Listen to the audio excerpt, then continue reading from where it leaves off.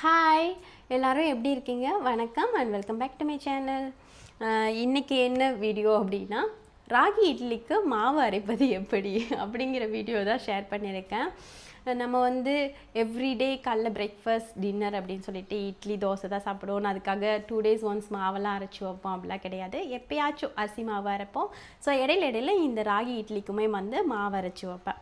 முன்ன shorts video போடும்பொழுது ragi இட்லிக்கு மாவு எந்த அளவுக்கு அரிசி ராகி உளுந்து எல்லாம் சேர்க்கணும், அதோட ரேஷியோ சொல்லுங்கள் அப்படின்னு சொல்லிட்டு ஒரு சில பேர் கேட்டிருந்தீங்க. ஸோ அவங்களுக்காக எவ்ரிடே காலைல பிரேக்ஃபாஸ்ட் டின்னர்னு நம்ம வீட்டில் எப்போதும் போல் தோசை இட்லி தான் அப்படின்னு செய்வீங்க அப்படின்னா ஃபார் அ சேஞ்ச் கொஞ்சம் ஹெல்த்தியாக இந்த ராகி இட்லியை ட்ரை பண்ணலாம். ரொம்ப நல்லாயிருக்கும். ஸோ இப்போ நம்ம வீடியோவில் எந்த அளவுக்கு நம்ம இதெல்லாம் சேர்த்து ராகி இட்லிக்கு மாவு அரைக்கலாம் அப்படின்னு சொல்லிட்டு பார்க்கலாம். வீடியோ உங்களுக்கு யூஸ்ஃபுல்லாக இருக்கும்னு நினைக்கிறேன். வீடியோவை ஸ்கிப் பண்ணாமல் ஃபுல்லாக பாருங்கள். நம்ம அடிக்கடி இட்லி தோசை செய்கிறதில்ல அப்படிங்கிறனால கொஞ்சமாக தான் மாவு அரைச்சி வச்சுப்போம். அதுவும் இந்த ராகி மாவு பார்த்திங்கன்னா நார்மலாக நம்ம வெள்ளை அரிசியில் அரைக்கிறத விட இது கொஞ்சம் சீக்கிரமே புளிக்கிற மாதிரி இருக்கும். ஸோ அதனால நம்ம ஒரு 3 daysக்கு வர்ற மாதிரி மட்டும்தான் மாவு அரைப்பேன். எந்த கப்பில் வேணாலும் மெஷர் பண்ணலாம். ஸோ நான் ஒரு குட்டி டம்ளரால் 1 டம்ளர் அளவுக்கு ராகி சேர்த்துட்டு அதே டம்ளரில் 1 டம்ளர் ஃபுல்லாக இட்லி அரிசி சேர்த்துருந்தேன்.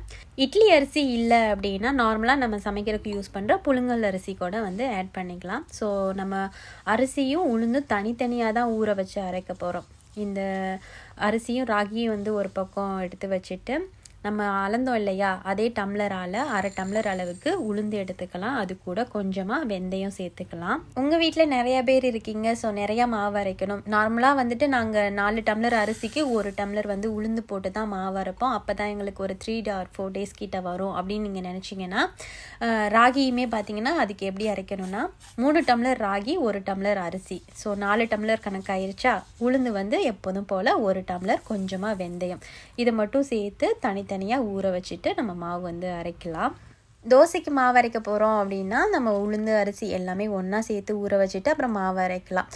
நான் இட்லிக்கு செய்யும்பொழுது பார்த்திங்கன்னா இந்த மாதிரி தனித்தனியாக உளுந்து தனியாகவும் அரிசி தனியாகவும் தான் ஊற வைக்கணும்.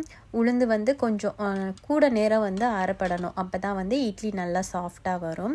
அன்றைக்கி நான் இப்படி தான் எல்லாத்தையும் தனித்தனியாக எடுத்துட்டு வாஷ் பண்ணலாம் இல்லை, அப்படியே தண்ணி ஊற்றி அதை ஒரு 2 மணி நேரம் அப்படியே ஊற விட்டுட்டேன். ஒரு சில பேர் காலையிலே மாவு அரைச்சி ஈவினிங்கில் நல்லா பொங்கி வந்ததும் நைட்டு டின்னருக்கு இட்லி தோசை ரெடி பண்ணலான்னு நினைப்பாங்க. அப்போ ஒரு சமயம் நமக்கு ஊற வைக்கும்பொழுது லேட் ஆயிருச்சு, அரிசியும் உளுந்து நல்லா ஊறாமல் அரைப்பட்டோம் அப்படின்னா அது ஒழுங்காகவே மாவு நைஸாக அரைப்படாது.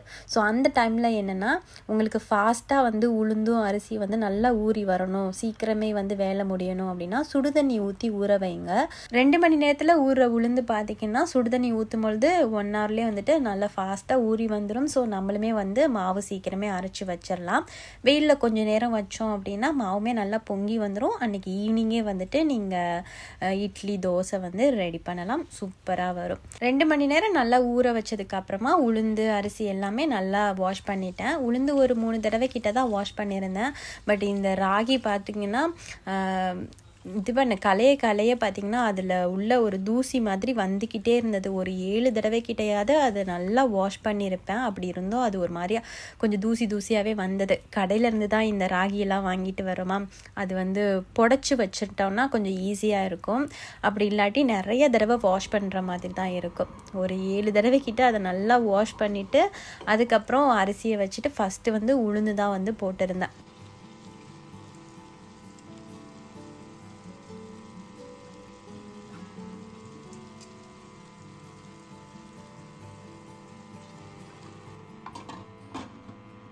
உளுந்து கம்மியாக தானே சேர்த்துருந்தோம். ஸோ எனக்கு ஒரு 15 minutesலேயே பார்த்திங்கன்னா நல்லா நைஸாக அரைச்சிருச்சு. சில பேர் சொல்லுவாங்க உளுந்து நல்லா அரைஞ்சிருக்கா என்னென்னு பார்க்கணும் அப்படின்னா கொஞ்சமாக எடுத்து தண்ணியில் போடணும், அது லைட்டாக மிதந்து வந்துச்சு அப்படின்னா நல்லா அரைச்சிருச்சு அப்படின்னு அர்த்தம் அப்படின்னு சொல்லுவாங்க. பட் நீங்கள் உளுந்தை லைட்டாக கொஞ்சம் அரைப்பட்டுட்டு நீங்கள் எடுத்து போட்டாலே அது மிதக்கத்தான் செய்யும். ஸோ ஆனால் அப்படியே விட நீங்கள் கையால் தொட்டு பாருங்கள், உங்களுக்கே அந்த ஃபீல் தெரியும். நைஸாக இருக்கிற மாதிரி, கொஞ்சம் கொரப்பெல்லாம் இல்லாமல் நல்லா நைஸாக இருக்கிற மாதிரி. ஸோ அந்த மாதிரி வந்துருச்சுன்னா நீங்கள் அடுத்த உளுந்தை அள்ளிட்டு அரிசி அரைக்க ஆரம்பிச்சிடலாம். நான் வந்து கொஞ்சம் குவான்டிட்டியில் தானே மாவு அரைச்சிருந்தேன், அதனால உளுந்து நல்லா நைஸாக அரைஞ்சதும் நான் அதை வந்து தனியாக எடுத்து வைக்காமல் நான் அது கூடவே வந்துட்டு அரிசி ராகி எல்லாமே சேர்த்து அரைச்சிட்டேன். இதுக்கு நீங்கள் ஃபஸ்ட்லேயே வந்துட்டு உளுந்து அரிசி எல்லாத்தையும் சேர்த்தே அரைச்சிருக்கலாமே அப்படின்னு ஒரு சில பேருக்கு டவுட் வரலாம். நம்ம இட்லிக்கு செய்கிறதுனால உளுந்து வந்து நல்லா நைஸாக அரையணும். ஏன்னா வந்துட்டு இந்த ராகியும் அரிசியும் ஊறினதுக்கப்புறம் ரொம்ப ஃபாஸ்ட்டாக வந்துட்டு அரைப்பட்டுரும். அதுவும் இல்லாமல் ரொம்ப நைஸாகவும் அரைக்க தேவையில்லை. ஸோ அதனால் நம்ம இட்லிக்கு செய்கிறதுனால நான் ஃபஸ்ட்டு உளுந்தை வந்து நல்லா அரைச்சிட்டு அது கொஞ்சம் நைஸாக ஆனதுக்கப்புறமா இந்த ராகியும் அரிசியும் போட்டு ஒரு 15 மினிட்ஸ் தான் போட்டிருந்தேன். அதையும் நல்லாவே வந்து அரைச்சிருச்சு. இந்த கிரைண்டர் வந்துட்டு ரொம்ப ஃபாஸ்ட்டாக வந்து அரைப்பட்டுரும். இதில் என்னென்னா இதை கழுவுறது தான், எல்லாத்தையும் பாட்டாக எடுத்து கொண்டு போய் கழுவி வைக்கணும். எங்கள் வீட்டில் பார்த்திங்கன்னா என்னோடய சின்ன வயசில், இப்போ இது வந்துட்டு அம்மா இந்த கிரைண்டர் தான் யூஸ் பண்ணுறாங்க. பட் அப்போது சின்ன வயசில் பார்த்திங்கன்னா அந்த ஒரு பெரிய கிரைண்டர் இருக்கும், நிறைய பேருக்கு தெரியும். ஸோ அந்த கிரைண்டரில் ஒரே ஒரு அந்த கல்லை தூக்குறதுக்கே பாவம் அவங்க அவ்வளோ கஷ்டப்படுவாங்க. பட்டு அதில் தான் மாவு எப்போயாவது அரைக்கணும் அப்படின்னா அதில் தான் வந்து அரைப்போம். அதுவும் பார்த்திங்கன்னா எவ்ரிடே வந்துட்டு இட்லி தோசை அப்படிலாம் கிடையாது. அப்போது வாரத்தில் ஒரு நாள் அப்படி இருக்கும். அதுவும் கிரைண்டர் இல்லாத டைமில் பார்த்திங்கன்னா ஆட்டுக்கல்ல தான் மாவு அரைச்சது. நான்லாம் வந்துட்டு அரைச்சிருக்கேன் மாட்டுக்கல்ல. அப்போ வந்து அது கொஞ்சம் பிடிக்காம கஷ்டமாக இருக்கும். மாவு அரைக்கினாலே என்னடா சொல்லி எஸ்கேப் ஆகுவோம் அப்படின்னு தான் நினச்சிட்டு இருப்பேன். பட் இப்போலாம் அந்த இதெல்லாம் வந்து ரொம்பவே மிஸ் பண்ணுறோம். இப்போலாம் நிறைய பேர் வந்துட்டு ஆட்டுக்கல்ல அரைக்கிறாங்களா என்னன்னு தெரியல. ஆனால் நாங்கள் அப்போ பக்கத்து வீட்டு அக்கா எல்லோரும் சேர்த்து ஒரே நாளில் தான் ஊற வைப்போம். அதுவும் அந்த ஃபெஸ்டிவல் டைம்லாம் வரும்பொழுது அப்போ எல்லார் வீட்லேயுமே அரிசி உளுந்து வந்து ஊற வச்சுருவோம்ல. அப்போது நம்ம ஒரே ஆட்டுக்கல்ல போயிட்டு வெயிட் பண்ணி எல்லோரும் சேர்ந்து வந்து எல்லார் வீட்டுக்குமே மாவு அரைக்கும் பொழுது எல்லோரும் ஹெல்ப் பண்ணி மாவெல்லாம் அரைச்ச காலம் உண்டு. ஸோ அதெல்லாம் உண்மையிலுமே மறக்கவே முடியாது. மாவு நல்லா அரைச்சதும் கொஞ்சமாக உப்பு சேர்த்து நல்லா வந்து மிக்ஸ் பண்ணிக்கோங்க. மாவை கொஞ்சம் கெட்டியாக தான் இருக்கணும், ஏன்னா இட்லிக்கு வந்து கொஞ்சம் கெட்டியாக இருக்கணும். நம்ம வந்து ஏன் மிக்ஸ் பண்ணணும் அப்படின்னா, நம்ம அரிசி தனியாக அரைச்சிருப்போம், உளுந்து தனியாக அரைச்சி வச்சுருப்போம்ல. ஸோ உளுந்து பார்த்திங்கன்னா லைட் வெயிட்டடாக இருக்கிறதுனால அது மேலே வந்துருக்கும், அரிசி மாவு வந்து கீழே இருக்கும். ஸோ அது ரெண்டும் நல்லா மிக்ஸ் ஆகணும். கையாலே வந்து நல்லா மிக்ஸ் பண்ணி விட்டுக்கோங்க.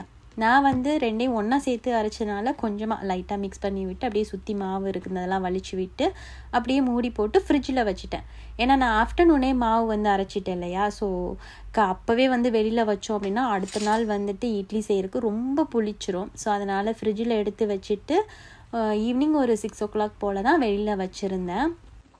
நெக்ஸ்ட் டே வந்துட்டு பார்க்கும்பொழுது பார்த்திங்கன்னா நல்லா மாவு பொங்கி ஃபுல்லாக வந்துருச்சு. நான் 1/2 டப் அளவுக்கு தான் மாவு அரைச்சி வச்சுருந்தேன். ஸோ நல்லா பொங்கி அது ஃபுல்லாக வந்துருச்சு. ஸோ அதெல்லாம் வலிச்சு விட்டு கரண்டியை வச்சு நல்லா மிக்ஸ் பண்ணிட்டேன். இட்லி ஊற்றுறதுக்கு முன்னாடி மாவை நல்லா செக் பண்ணிக்கோங்க. அது வந்து ரொம்ப திக்காகவும் இருக்கக்கூடாது, அதே மாதிரி ரொம்ப தண்ணியாகவும் இருக்கக்கூடாது. ரொம்ப கெட்டியாக இருக்கிற மாதிரி இருந்துச்சுன்னா கொஞ்சமாக தண்ணி கூட ஆட் பண்ணி நல்லா மிக்ஸ் பண்ணி விட்டு அதுக்கப்புறம் வந்து நம்ம எப்போதும் போல் இட்லி ஊற்ற வேண்டியதான்.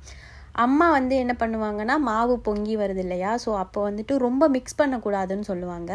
ஸோ லைட்டாக மிக்ஸ் பண்ணிவிட்டு அப்படியே இட்லி ஊற்றுவாங்க. அது என்னன்னு தெரியல. பட் நான்லாம் வந்துட்டு நல்லா மிக்ஸ் பண்ணி விட்டுருவேன். அதுக்கப்புறம் தான் வந்துட்டு இட்லியோ தோசையோ வந்து ஊற்றுறது. ஸோ அன்றைக்கி இட்லி பார்க்கும்போதே தெரியுதா, சூப்பராக கலர் வந்துட்டு சேஞ்ச் ஆகி சூப்பராக இருக்கும் உண்மையாலுமே. பட் இந்த ராகி இட்லி தோசைக்கெலாம் பார்த்திங்கன்னா என்னோடய ஃபேவரெட் வந்து தேங்காய் சட்னி, மீன் குழம்பு, அதுக்கப்புறம் நண்டு குழம்பு. இது வந்து 3மே வந்து சூப்பராக இருக்கும். தக்காளி சட்னியில் நான் ட்ரை பண்ணியிருக்கேன், ஆனால் அந்தளவுக்கு எனக்கு பிடிக்கல. இந்த ராகியில் செய்கிறதுக்கு வந்து மீன் குழம்பும் தேங்காய் சட்னி, இன்னும் தேங்காய் சட்னி தான் ரொம்ப சூப்பராக இருக்கும். அதே மாதிரி இன்னொரு விஷயம் வந்துட்டு ஷேர் பண்ணுறேன். நம்ம நார்மலாக வந்துட்டு எப்போதும் அரைக்கிற மாதிரி மாவு அரைச்சி அதில் இட்லி தோசை ரெடி பண்ணி சாம்பாரோ சட்னியோ மீன் குழம்போ சிக்கன் குழம்போ நண்டு குழம்போ இந்த மாதிரிலாம் ரெடி பண்ணி சாப்பிடும்போது இருக்கிற டேஸ்ட்டுக்கும் இந்த ராகி இட்லியோட அதெல்லாம் சேர்த்து சாப்பிட்றதுக்கும் கண்டிப்பாக டிஃப்ரெண்ட் இருக்கும் டேஸ்ட்டில். பட் வெள்ளை அரிசியை விட ராகி வந்து இன்னும் பெட்டர்னு தான் நான் நினைக்கிறேன். அப்பப்போ இந்த மாதிரி ராகி இல்லாட்டி கம்பு இதெல்லாம் வச்சுட்டு நீங்கள் தோசை இட்லி வந்து ட்ரை பண்ணலாம். சில பேர் இப்போலாம் வந்துட்டு கவுனி அரிசியில் கூட தோசை செஞ்சு நான் பார்த்துருக்கேன். பட் இது வரைக்கும் நான் ட்ரை பண்ணலை. ஒரு நாளாவது ட்ரை பண்ணுறேன். ட்ரை பண்ணிவிட்டு அதுவும் எப்படி இருந்துச்சு அப்படின்னு சொல்லிட்டு உங்கள் கூட ஷேர் பண்ணுறேன். காலையில் பிரேக்ஃபாஸ்ட்க்கு இட்லி செஞ்சு நாள் வச்ச சாடி மீன் குழம்பு இருந்துச்சு. ஸோ அது கூட வச்சு சாப்பிட்டு இருந்தோம். நார்மலாக வந்துட்டு கேப்பக்கூழ்லாம் செஞ்சால் கருவாட்டு குழம்பு மீன் குழம்புன்னு வச்சு சாப்பிட்டா நல்லாயிருக்கும் இல்லையா, அதே மாதிரி தான். ஸோ இந்த ராகியில் செய்கிறதுக்கும் வந்துட்டு அந்த மாதிரி குழம்புலாம் வந்து இன்னும் சூப்பராக இருக்கும்.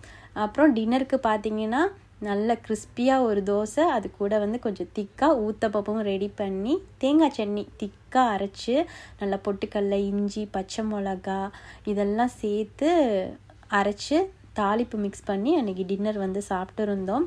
இதே அளவில் மாவு அரைச்சோம். பட் வந்து இட்லி சாஃப்டாகவே இல்லை, கல் மாதிரி இருந்துச்சு அப்படின்னா நீங்கள் பண்ண வேண்டியது உளுந்தும் அரிசியும் சேஞ்ச் பண்ணுறது தான். ஏன்னா எனக்கும் அந்த மாதிரிலாம் நடந்திருக்கு. இதுக்கு முன்னாடி வாங்கின பிராண்ட் வந்து நல்லா இல்லை. ஸோ அதுக்கப்புறம் தான் வந்து வேறு ஒரு உளுந்து வாங்கி செய்யும்பொழுது இட்லி தோசை எல்லாமே நல்லா வர ஆரம்பிச்சது. ஸோ அதை மட்டும் சேஞ்ச் பண்ணிவிட்டு இதே ரேஷியோவில் வந்து ட்ரை பண்ணி பாருங்கள்.